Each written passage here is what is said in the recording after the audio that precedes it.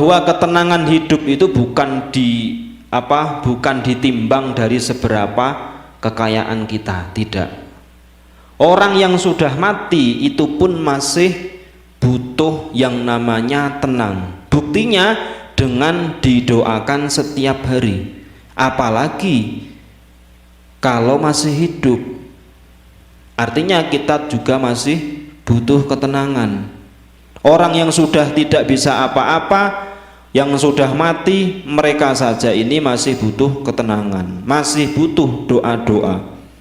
Nah, terus yang kita cari di dunia ini ketenangan yang seperti apa? Itulah yang menjadikan kita untuk terus muhasabah. Jadi ketika Allah ini melihat hambanya, orang-orang yang secara umur sudah tua, disitulah Allah ini ketika mau menyiksa ke neraka, mau memasukkan ke neraka, Allah ini memiliki rasa kasihan. Apalagi orang-orang yang di dunia walaupun sedetik pernah iman kepada Allah, Allah masih memiliki rasa kasihan. Nah, karena Allah masih punya kasihan kepada kita, kita juga harus memiliki rasa malu kepada Allah. Wa hukiya anna Aliyan radhiyallahu taala anhu. Ini ada satu hikayah atau cerita. Anna Aliyan radhiyallahu taala anhu kana yadhhabu ilal jama'ati li sholatil fajri musri'an. Suatu ketika Sayyidina Ali radhiyallahu taala anhu pergi ke masjid untuk menunaikan sholat jamaah, dan ketika Sayyidina Ali berjalan menuju masjid, beliau ini tergesa-gesa, cepet-cepetan karena takut ketinggalan jamaah. Falakiya syaikhon fit tariqi. Nah, ini juga yang menjadi hukum fikih. Jadi di dalam fikih itu beberapa kitab fikih ada kesunahan kalau dalam hal ibadah itu harus ada bedanya dengan dalam hal maksiat. Ketika kita datang atau menuju ke masjid untuk sholat maghrib, sholat isya dan seterusnya, itu harus ada rasa semangatnya. Sama seperti orang yang sedang tawaf, orang yang sedang sa'i.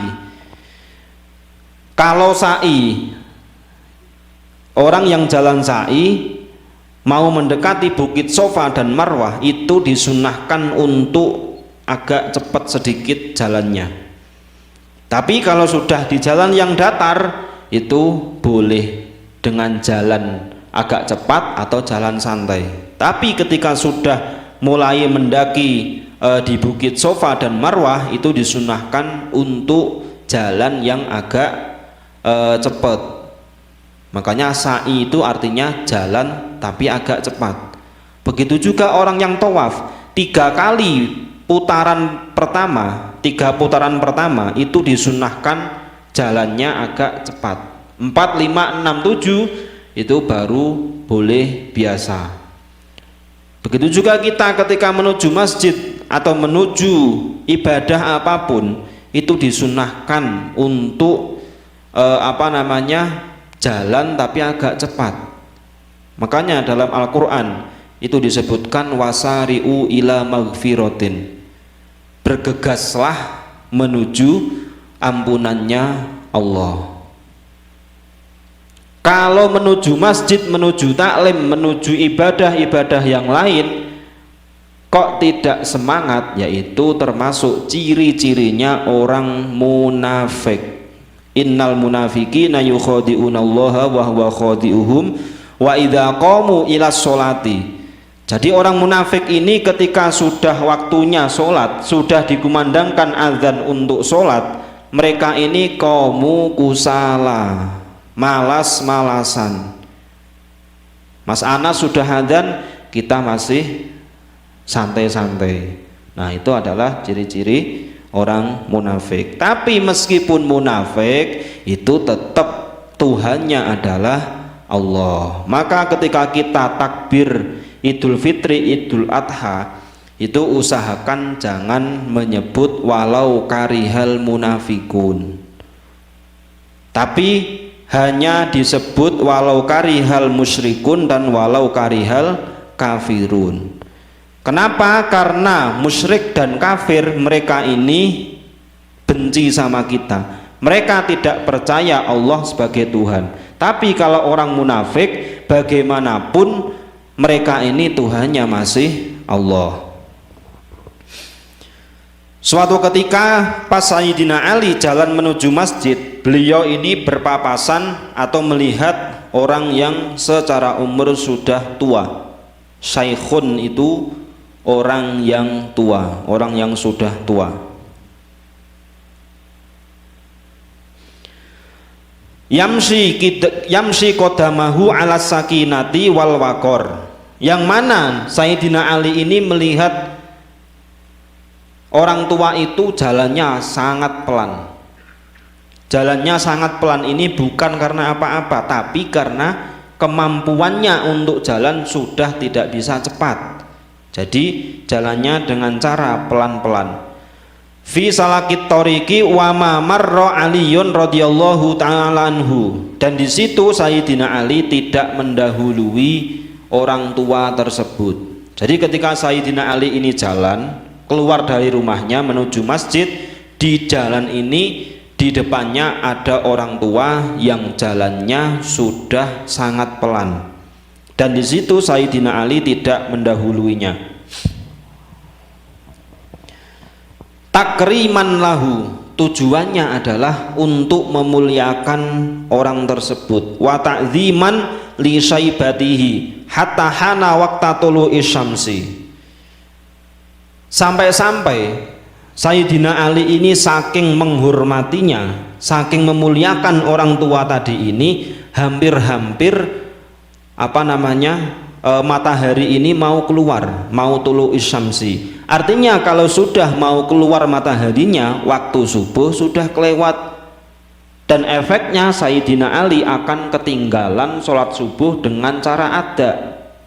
Itu yang dialami Sayyidina Ali. Tapi apa yang terjadi di situ? Falamma dana syaikhu ila babil masjidi, ketika sudah sampai masjid dan berhenti di depan masjid, orang tua tadi ini tidak lantas masuk masjid. Sayyidina Ali masih menunggu di belakangnya. Falam yadkhulul masjidah fa'alima Aliyun radhiyallahu ta'ala anhu innahu kana minan nasara. Tidak masuk masjid, lama-lama Sayyidina Ali kalau orang tua itu adalah orang Nasrani. Jadi ketika Sayyidina Ali keluar dari rumahnya, berjalan di belakang orang yang sudah tua secara umur sampai di depan masjid, orang Nasrani juga berhenti di depan masjid. Sayyidina Ali menunggu sebentar, kok tidak masuk-masuk ke dalam masjid. Nah, ternyata Sayyidina Ali dapat kabar bahwa orang tua itu adalah orang Nasrani, makanya tidak masuk ke dalam masjid. Fadakhala Aliyun al-masjidah fawajada Rasulullah sallallahu alaihi wasallam fir ruku'i. Ketika Sayyidina Ali membiarkan orang tua tadi dan ditinggal masuk ke dalam masjid, di situ Sayyidina Ali menjumpai Rasulullah sedang ruku'. Artinya kalau sedang ruku', Sayyidina Ali masih bisa mengikuti atau menyusul sholat berjamaah bersama Rasulullah sallallahu alaihi wasallam. Fatawala ar-ruku'a miqdara ruku'aini hatta atrokahu Aliyun radhiyallahu ta'ala anhu. Rukuknya Nabi ini satu ruku'an ini seakan-akan lamanya bisa dipakai 2 kali ruku'. Sehingga saking lamanya baginda Nabi ketika ruku' menjadi imam, sahabat Ali ini bisa menjumpai rukuknya Nabi. Qala ya falamma faragha min sholatihi qala ya Rasulullah. Nah, setelah selesai sholat, setelah selesai salam, setelah selesai jamaah, di situ Sayyidina Ali dan beberapa sahabat bertanya, "Ya Rasulullah, lima tawal tarruku'a, sebab apa engkau itu memperlambat rukuknya? Af'alu misla hada faqala Rasulullah. Sahabat berkata, ya Rasulullah, sebab apa engkau ini dalam rukuk tadi kok tidak seperti biasanya? Artinya rukuknya tadi kok lebih lama dari biasa-biasanya. Jawabnya Nabi, lamma roka'tu wa qultu subhana rabbiyal azimi kama kana wirdi wa aradtu an arfa'a ra'si ja'a Jibril. Jadi ketika pas pertama kali rukuk Rasulullah ini setelah membaca subhana rabbiyal azimi wa bihamdi, di situ ada malaikat Jibril yang turun.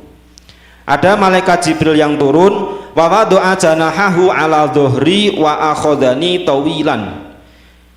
Malaikat Jibril turun dan meletakkan sayapnya. Kita nggak tahu penggambaran sayap malaikat ini seperti apa, kita tidak tahu.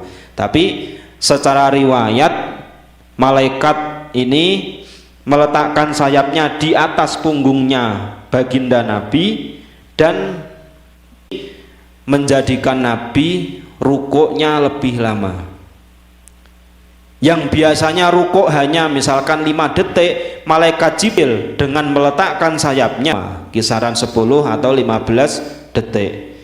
Nah, disitulah falamma rafa'a janahahu, dan menjadikan Nabi tidak bisa mengangkat.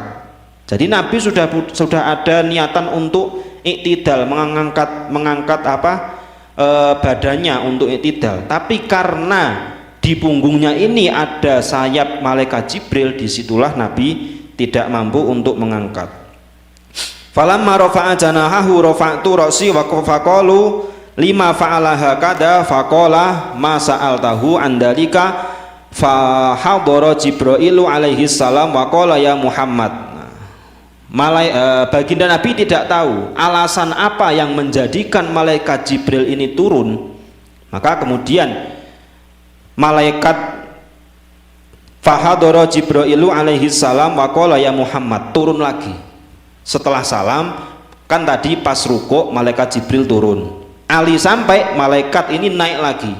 Setelah selesai salam, malaikat turun lagi, di situ memberikan jawaban kepada Nabi Muhammad, anna aliyan kana yastajilu lil jamaah. Wahai Muhammad, sesungguhnya sahabat Ali tadi ini sudah tergesa-gesa, sudah cepet-cepetan untuk menuju masjid guna mengikuti sholat jamaah. Falaqiya syaikhan nasroniyan fit tariqi walam ya'lam ala annahu nasroniyun wa akramahu li ajli syaibatihi. Di situ sahabat Ali tidak tahu kalau orang tersebut, orang tua tadi ini orang Nasrani, maka di situ sahabat Ali pelan-pelan jalannya.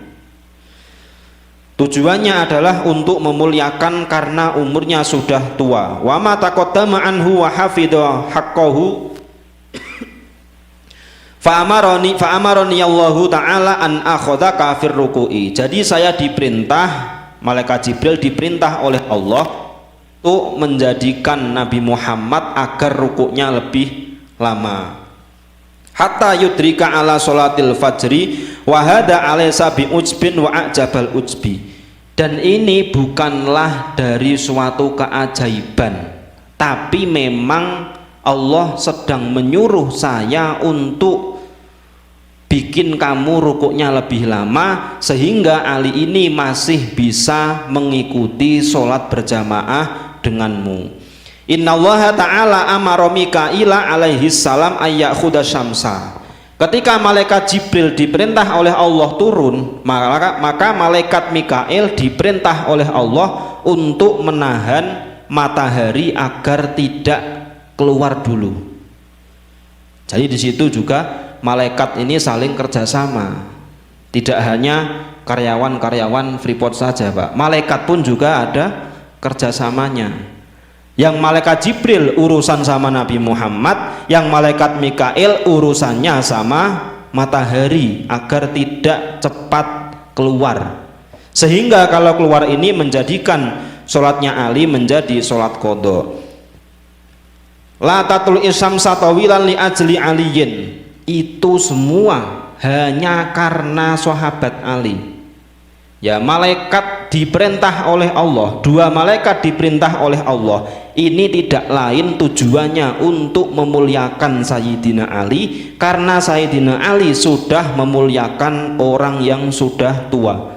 Maka siapapun dari kita, kalau kita mau memuliakan orang lain, lebih-lebih orang yang sudah tua, kita pasti akan dapat kemuliaan dari orang lain. Itu sudah pasti. Contohnya adalah Sayyidina Ali. Inilah dari hadis tersebut yang dijadikan oleh ulama ahli fikih menjadi hukum, bahwa orang yang berjamaah dihitung 1 rakaat, batasnya adalah masih menjumpai rukuknya imam. Jadi hukum fikih ini mengambil dari cerita ini. Ketika makmum ini tidak dapat istiqomah, tumak ninahnya imam, tumak ninah rukuknya imam, maka dianggap tidak menjumpai 1 rakaat. Bukan berarti yang diikuti rukun-rukun yang lain terus batal, tidak. Contoh, Mas Tisna lagi datang, saya sedang rukuk, pas dia lagi Allahu Akbar, saya sudah iktidal, berdiri tegak. Ketika Mas Tisna langsung berdiri tegak, maka ini masih dianggap orang berjamaah, tapi tidak dianggap 1 rakaat. Tapi kalau Mas Tisna ini Allahu Akbar, masih menjumpai rukuknya saya, rukuknya imam, tentu dengan harus sudah baca Fatihah, meskipun hanya 1 ayat Bismillahirrahmanirrahim, kemudian rukuk, masih ketemu rukuk saya dan iktidal bareng-bareng, maka di situ sudah dihitung sebagai 1 rakaat. Itu kalau madhabnya madhab Syafi'i. Tapi kalau madhabnya Hanafi, madhabnya Imam Hanafi ini datang Allahu Akbar langsung rukuk tanpa Fatihah, itu boleh, karena Fatihahnya makmum sama dengan Fatihahnya imam. Makmum tidak wajib baca Fatihah, yang wajib hanyalah imam. Tapi kalau madhab Syafi'i itu baik imam maupun makmum wajib membaca Fatihah. Kalau berjamaah makmum meskipun hanya 1 ayat itu sudah tergolong 1 rakaat. Jadi kalau datang Allahu Akbar tidak usah baca iftitah, langsung Bismillahirrahmanirrahim, Allahu Akbar, ruku. Itu sudah sah, sudah dianggap 1 rakaat. Nah, ketika kita baru Bismillahirrahmanirrahim, baru imam sudah iktidal, kita langsung mengikuti iktidalnya boleh, kita rukuk sebentar kemudian iktidal juga boleh, tapi tidak dihitung sebagai 1 rakaat. Ya, ingat-ingat yang biasa masbuk. Jadi dihitung 1 rakaat itu kalau masih menjumpai rukuk, minimal tumak ninah rukuknya imam, itu masih dihitung 1 rakaat. Tapi kalau tidak menjumpai, maka tidak dihitung sebagai 1 rakaat. Sunnahnya kita tetap mengikuti di mana imam sedang melakukan rukun, tidak harus menunggu imam berdiri kembali memulai atau meneruskan rakaat. Tapi sunnahnya ketika imam sedang sujud, kita datang langsung Allahu Akbar kemudian sujud, itu lebih sunnah. Tidak usah menunggu imam berdiri lagi baru kita mengikuti. Ya, itulah kisah Sayyidina Ali yang dipakai oleh ulama fikih dalam hal sholat, bahwa makmum masbuk ini harus menjumpai rukuk sang imam. Wallahu alam bisawab. Kita teruskan di pertemuan yang akan datang. Marilah kita akhiri dengan khotimul majlis. Subhanakallahumma wa bihamdika asyhadu an la ilaha illa anta astaghfiruka wa atubu ilaik. Wassalamualaikum warahmatullahi wabarakatuh.